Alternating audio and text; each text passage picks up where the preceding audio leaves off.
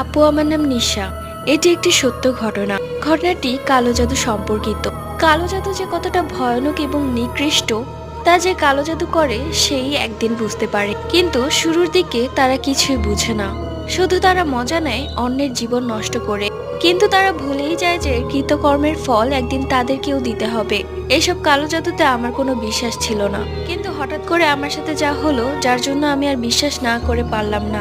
আমি আমার আশেপাশে একটি কালো ছায়া দেখতে পেতাম। ভাবার বিষয় এটা যে কালো ছায়াটাকে শুধু আমি একাই দেখতাম। যখন সেই কালো ছায়াটা আমার কাছে আসতো, তখন আমি আমার ফ্যামিলির এক একটা মেম্বারকে দেখানোর চেষ্টা করেছি, কিন্তু তারা কিছুই দেখেনি, ভেবেছে আমি তাদের সাথে মজা করছি। অনেক কষ্টে একটি হুজুরের ঠিকানা পেয়ে আমি একাই গেলাম তার কাছে। গিয়ে যা শুনতে পাই তা যেন আমার শত্রুর সাথেও না হয়। আমাকে কালো জাদু করা হয়েছে।